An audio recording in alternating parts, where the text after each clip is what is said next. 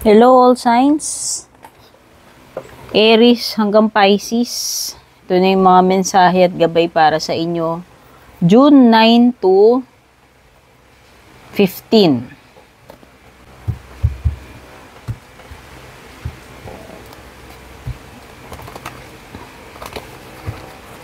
Start kay Aries.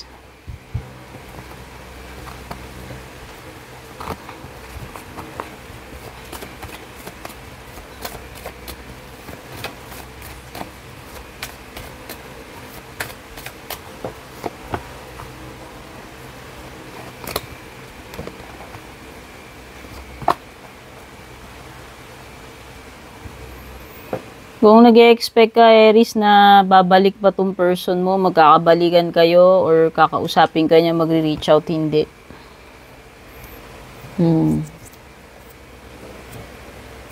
Nawala na ng interes, o maaaring hindi ka na talaga niya mahal, maaaring may kakumpetensya ka dito sa person na to, o yan. Sa business man to, sa romantic, nandito yung competition.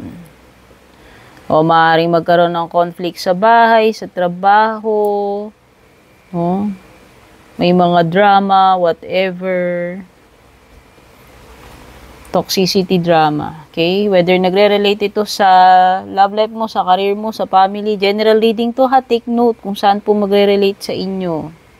Wala na, ending na talaga, dear. So, I believe this is about your relationship.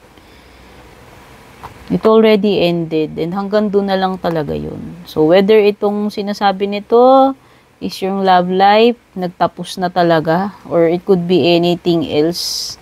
Kung hindi ka nakaka-relate sa love life, it could be a career na talagang hanggang doon na lang, no? It could be another situation.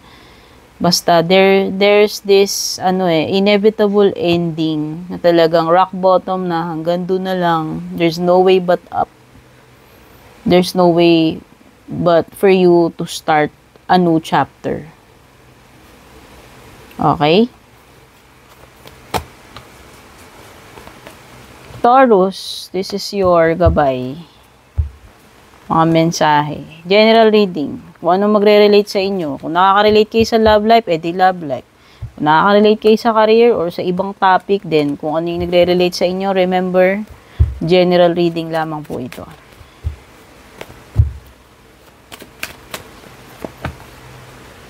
Wow, there's a fresh start, a new beginning for you. Very promising tong energy na ni Ace of Wands. This is also a sign ng pwedeng new chapter sa career, sa love life. It could be a new attraction or it could be a possible pregnancy. So, nakikita ko lang dito is excitement, pagiging inspired, and inspired action kasi to eh. Basta maganda yung simula nito. Could be an opportunity also kasi parang ino-offer ni universe ay no.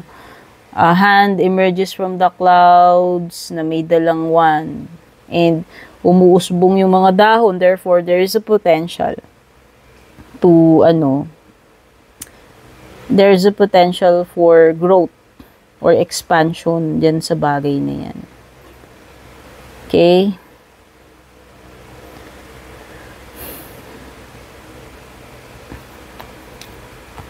There are matters dito na hirap kang tanggapin, harapin, pero kailangan mo pa rin harapin, tanggapin, or kailangan mo pa rin mag-decide about this.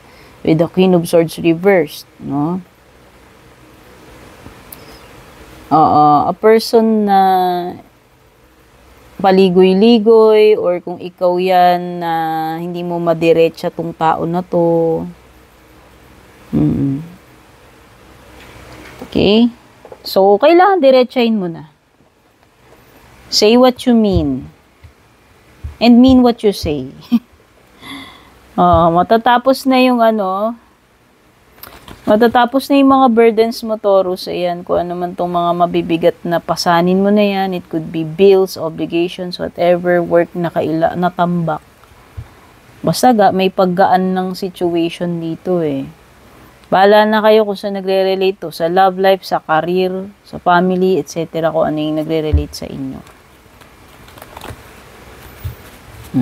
Okay, ito pwedeng start ng career, an opportunity, or start ng attraction, a new connection sa love. Okay?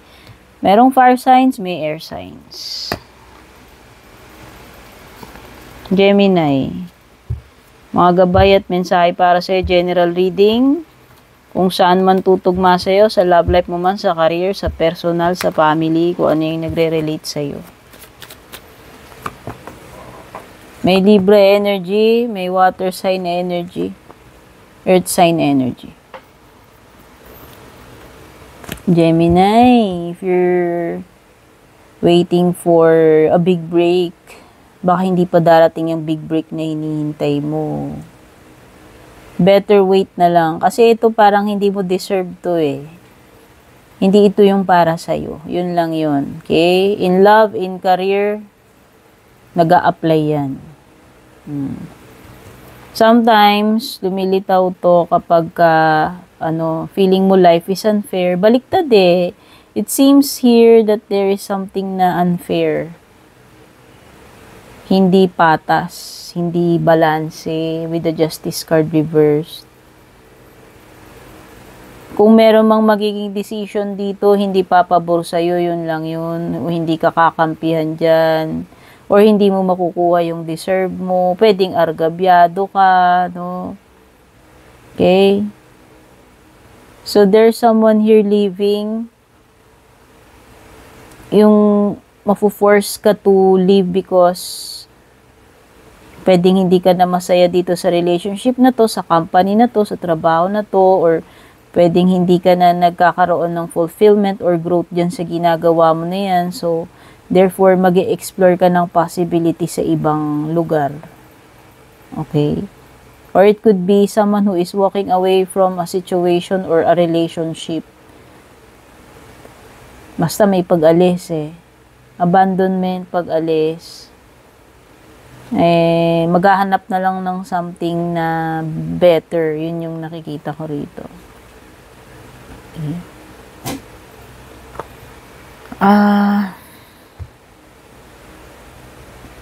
You have the Knight of Pentacles reversed. So, this is either may progress or mas lalong naging worse yung situation. Parang masyadong lalong walang progress. Pwedeng ganun eh. Dalawa yung nasisense ko energy dito eh. Kasi ito is stagnant energy. So, pwedeng wala pa ring pag-usad. Ganun pa rin. Okay? Or matagal pa talaga yung hihintayin. Okay? Cancer. Mga mensahe at gabay para sa'yo. General reading lang. Kung saan nagre-relate sa'yo. Bahala ka na. Kung nag-relate sa love life mo, edi sa love life. Kung sa career, edi sa career. Okay? June, kung kailan mo pa mapanood to, up to June 15. Pero timeless reading naman lahat ng reading ko dito.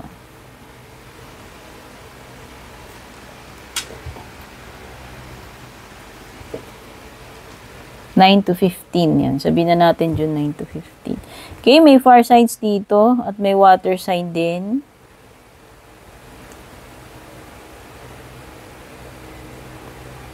Hindi sincere tong tao na to.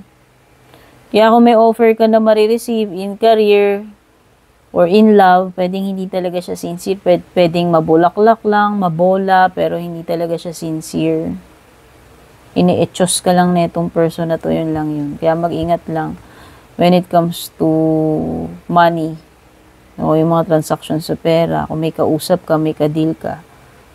Pwedeng super ganda ng offer niya, pero bluff lang pala, alam mo yun. In love, in money, in career, no? In business, bahala kayo kung saan nagre-relate sa inyo. There could be delays in terms of traveling or yung mga transactions, kung whatever transactions na gagawin mo. Ayan, no? Mga lakad, usap, mga inaabangan mo dyan, may delay. Ayan, o, delay sa mensahe, delay sa ine-expect, o ano may ine-expect mo na yan, delay sa pera, delay sa mga plans, no? Activities na madedelay. Pati communication, delayed. May some kind of blockage dito, okay?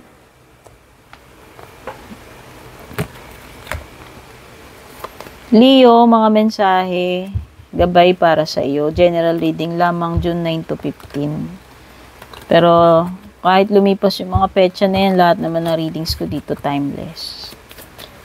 Bahala ka na kung saan magre-relate sa iyo to, ha? Pwedeng sa career mo, sa love life mo, etc. May earth sign dito, pwede ring may air or fire. Yung ina-expect mo man na matatanggap mong party mo, umana, pwede magkaroon ng problem doon. O, baka problema sa hatian ng mana, yung partihan, yung pera na matatanggap dyan. O, okay? Pwede may mga away-away pagdating sa mga mana, usaping pera or sa lupa. O, nandyan yung maaaring makareceive ka ng threats, no? Ayan, no? May threat dito eh. So, you have to be careful, vigilant. Pwedeng may mga makaaway ka pagdating dito sa mga nakakausap mo in terms of sa lupa, sa pera, kung ano man tong mga dito, hindi magkasundo or ewan ko, pwedeng merong hindi makontento rito, yun lang yung nakikita ko dyan. Pwedeng may unfair, pwedeng may mga inggitan. So, nakikita ko pwedeng may problems when it comes to money, lalo na sa pamilya, sa bahay, or sa mga magkakamag-anak. Sa love life mo naman, pwede kayong mag-away, magkaroon ng disconnection. Magkaroon ng no communication. Tapos, meron naghihintay na energy dito.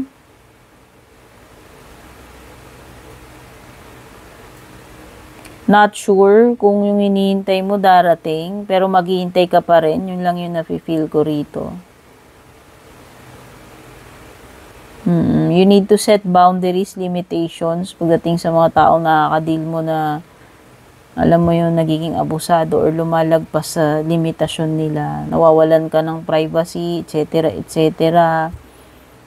Or pwedeng may, alam mo yun, nagte-trespassing doon sa property. Basta may mga dito disputes, problems about teritoryo, lupa, boundaries. Yun yung malinaw na nasa-sense ko.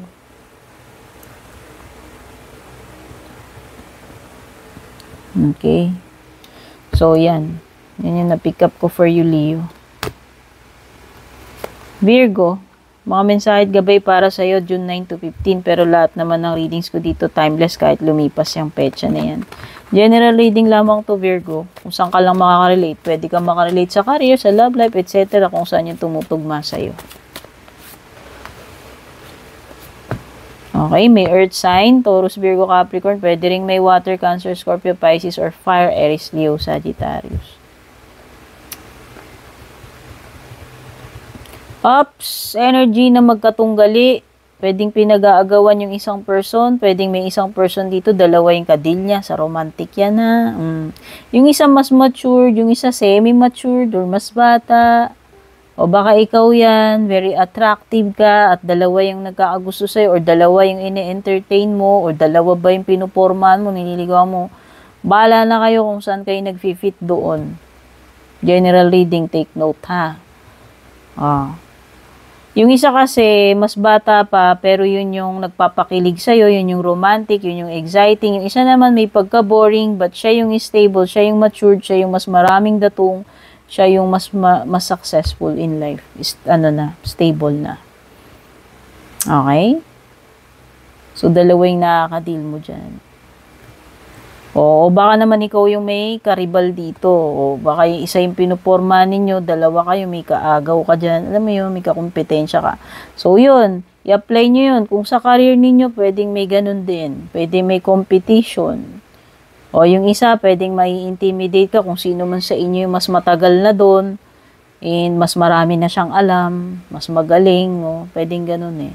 Yung kalba, may certain position na nagko-compete kayo kung sino yung makakakuha ng promotion na yun. So, yun lang. Parang basta meron ditong something about competition.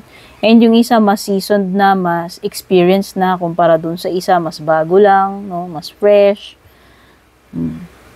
Merong person na insecure dito. Nai-insecure. Meron ditong magaling lang sa una, switches sa una, pero habang tumatagal, nagiging bluff na lang, nagiging drawing na lang. Okay? Yan yung mga na-pick up ko energies for you, Virgo. Libra. Maiksing gabay mo, general reading, mga mensahe at gabay, June 9 to 15. Pero lahat ng reading ko dito, timeless, kahit lumipas yung mga petsa na yan. Okay, bahala ka na kung saan magre-relate to sa'yo. Pwede mag-relate sa love life, sa career mo, etc. Kung ano yung tumutugma. May air sign, may fire sign, may earth. At may Libra sa ilalim. Maybe this is your Libra or another Libra. Sabi nila, if a Libra card lumabas sa reading mo na Libra ka, you are in a strong position. So, powerful reading yan para sa Libra. Or malakas yung energy mo dito. So, overall, pagdating sa career mo, sa kapirahan, nakakakita ko ng stability.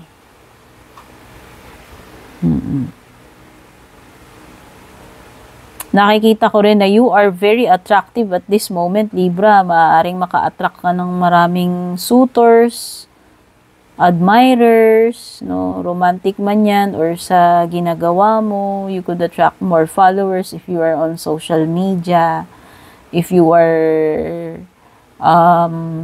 showcasing your talents, your business, ayan, maaaring maraming clients, no. So, nakikita ko maraming mai-impress sa'yo, hahanga sa'yo, makikyutan, magagandahan, magagapuhan, matutuwa sa'yo. Basta you are in the spotlight. You are, attracting a lot of people.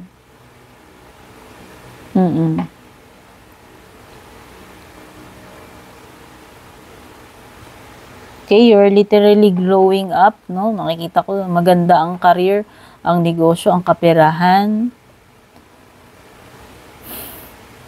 Okay, you could be dealing with someone who is rigid ang thinking neto, Libra. May makakadil ka, pwedeng another air sign, si King of Swords reversed. Makitid ang pananaw niya, or may pagka-cold, argumentative. Usually, dominant siya kung anong naisip niya, siya yung tama.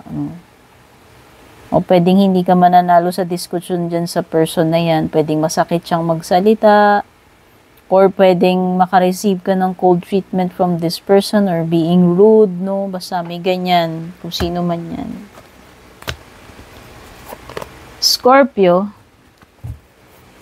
General reading, maiksing gabay at mensahe para sa'yo, June 9 to 15. Pero kahit lumipas yung petsa na yan, Scorpio, lahat ng readings ko dito, timeless kung kailan makarating sa'yo to. General reading lamang to, bahala ka na kung saan magre-relate sa'yo. Pwedeng sa love life, sa career, etc. Kung anong tutugma sa'yo. Okay? May air signs dito, pwede rin may earth, tsaka Aries specific.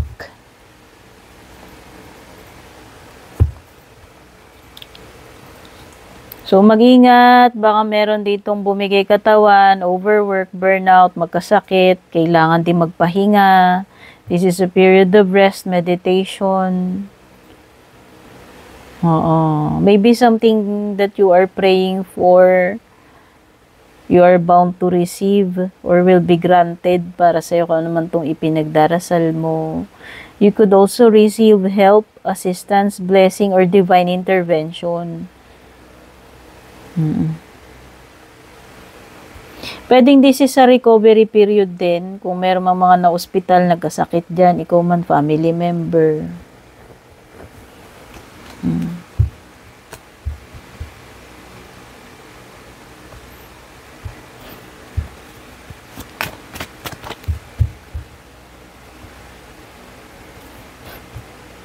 In terms of financial, pwedeng hindi ganun ka-okay sa financial mo, Scorpio. O pwedeng kakasweldo mo lang, ubos na yung sweldo mo, kasi maraming bills, daming bayarin, or pwedeng may mga utang, o baka pwedeng kapusin.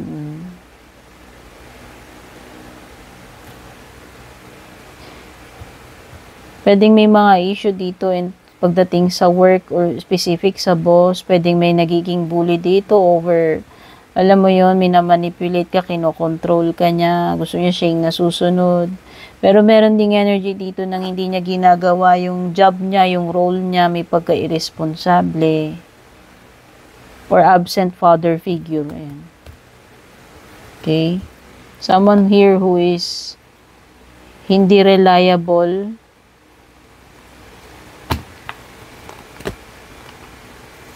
Sagittarius, general reading, maiksing gabay lang para sa iyo, mga gabay mensahe for June 9 to 15.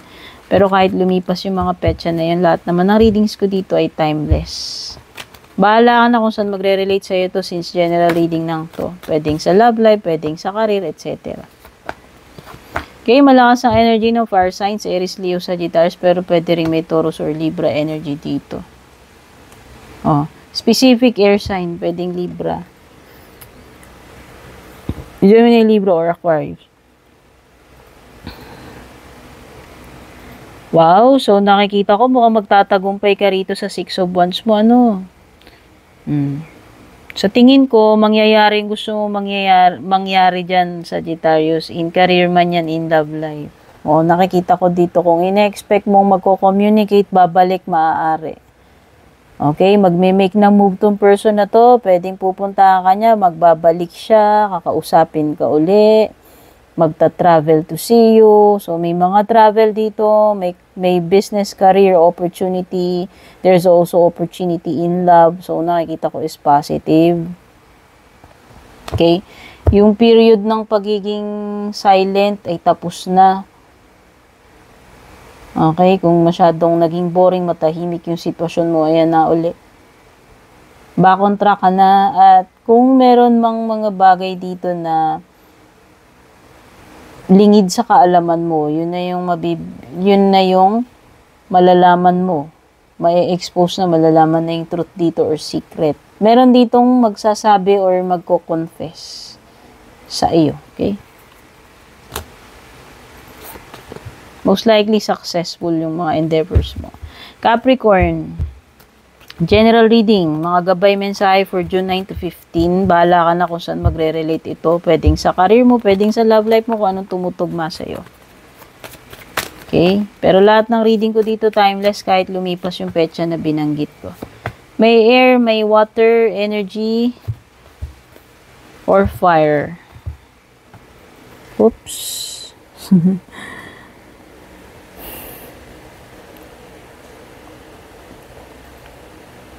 Merong merong kang ika-cut off dito na connection. Oo. Pero kahit i-cut off mo tong person na to, I think this person will come back or susuyuin ka pa rin niya. Pero para sa'yo kasi, the connection is already dead. Pinutol mo na nga eh. O, it could be a rekindling. It could be someone coming back sa buhay mo para makipagbalikan. It could be an ex, a past lover. Basta this person will make a move. This person will let you know, will reach out to you, will communicate to you. Maaring puntahan ka pa nga niya. Kaya lang pwede kasing na-fall out of love ka na rito. O baka may iba ka nang gusto, baka may bago ka na, hindi ko alam. Okay. So, nakikita ko dito is a situation wherein kailangan diretsahin mo na, prangkahin mo na tong manliligaw mo o kung bumabalik man siya sa'yo, no? Or bagong person, hindi ko alam. Prangkahin, diretsahin mo na lang. Okay, yun yung nakikita ko. May mga bagay ka dito na o may mga or kung hindi ito about love life, may mga tao ka dito na kailangan diretsahin, prangkahin mo na sila. Or kailangan mo na silang i-cut off sa buhay mo. Okay? O, sa business partnership, pwedeng may partnership dito na hindi mag-work out. Okay. Unsuccessful na transaction or partnership yan. Aquarius, ito na yung mga mensahe at gabay para sa'yo June 9 to 15. General reading lamang kung ano lang tutugma sa'yo. Pwedeng sa love life mo, pwede sa career mo, kung ano yung saan ka nakaka-relate. Pero kahit lumipas yung June 9 to 15, lahat naman na readings ko dito ay timeless, Aquarius, okay? There's water sign energy, there's fire sign energy, or another water cup. No? So mostly fire and water energies yung nandito. Okay. An offer, a proposal, pero ito turn down. It could be na nagbago yung isip mo dito.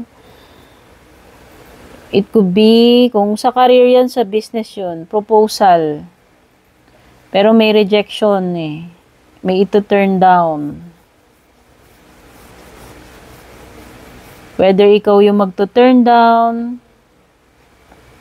o ito turn down mo yung proposal, yung offer na yan. It could be na hindi ka ganun, hindi mo type, hindi ka interesado. O kung ikaw yung nag-o-offer, maaaring hindi sila impress sa'yo, o whatever. In love life, this is falling out of love. This is a love na binubuhos pero one-sided. Yung isa hindi niya na-appreciate or hindi talaga gusto, hindi talaga love. Or it could be a love na unti-unti nang, alam mo yun, kumupas. A love that died down. Or it could be something na bumaliktad. Oo. So, bumaliktad na yung feelings or nagbago na yung isip or feelings about. May pag-walk out to. Alam mo yung energy na napipilitan na lang, yun yung nasa-sense ko dito sa Ten of Cups eh. O, so, whether sa career mo yan, sa trabaho mo, o anumang ginagawa mo, or sa love life mo, ayaw nang lokohin yung sarili dahil ayaw nang, alam mo yun, ayaw na magpanggap, ayaw nang lokohin kasi nauumay na, ayaw na, pagod na, hindi na masaya, napipilitan na lang dito sa ginagawa. So, better walk away na lang. Yun yung nakikitang solution dito. Whether ikaw yan o yung person na kadil mo in love or in career and whatever that relates sa iyo. Okay? So, may pag-walk out, may pag-aalis na. O, alam mo yung tinry na lang i-keep yung samahan, yung connection, yung relationship. Pero ang totoo nung pagod na eh, ayaw na, umay na. Nagtitiis na lang, nagtsatsaga na lang. Okay. Eventually, aalis din. Eventually, makakahanap din ng bago, ng better, yun yun. O, in career o in love ito, yun yung nakikita ko dyan. Pero pwedeng meron ding person dito na hindi pa rin nag-give up. Pwedeng umaasa pa rin to. Pisces, mga mensahe at gabay para sa'yo, general reading lamang kung saan nagre-relate sa'yo. Kung nakaka-relate ka sa love, edi sa love. Kung sa career, etc. June 9 to 15, pero kahit lumipas yung mga petsa na yan, lahat naman ng readings ko dito timeless. May air sign, could be Gemini, Libra, Aquarius dito, kadil mo, pwede ring may Leo. Oo, malakas sa energy ng air signs, Gemini, Libra, Aquarius.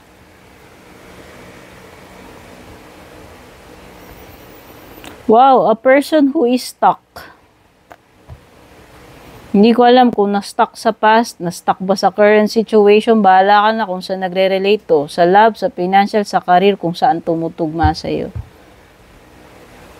Etong person na to, maaaring siya yung weakness mo or ikaw yung weakness niya. O kung ano yung nagre-relate sa inyo, siya yung kryptonite mo, ikaw yung kryptonite niya, ikaw yung kahinaan niya, or siya yung kahinaan mo.